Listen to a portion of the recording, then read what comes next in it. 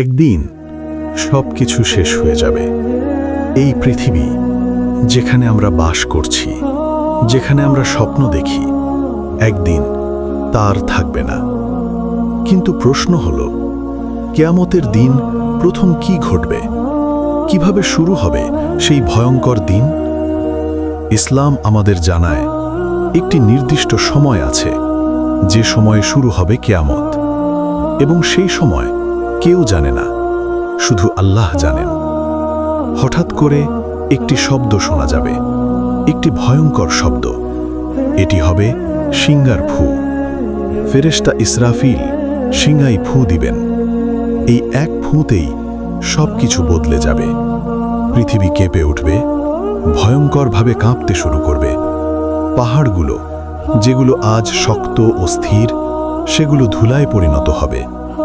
আকাশ, যা আজ এত সুন্দর ও শান্ত, তা ফেটে যাবে।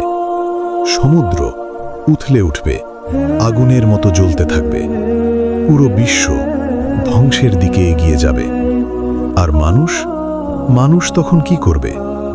মানুষ ভয় পেয়ে যাবে, সবাই দৌড়াতে শুরু করবে।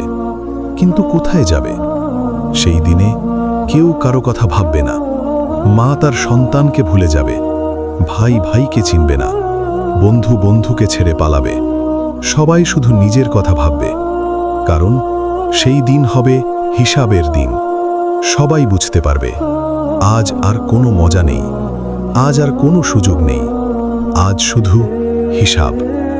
তারপর সব কিছু শেষ হয়ে যাবে, জীবন থেমে যাবে। কিন্তু গল্প এখানেই শেষ নয়।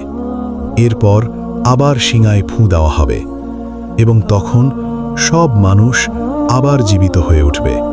কবর থেকে উঠে আসবে হাজার হাজার, লক্ষ লক্ষ, কোটি কোটি মানুষ।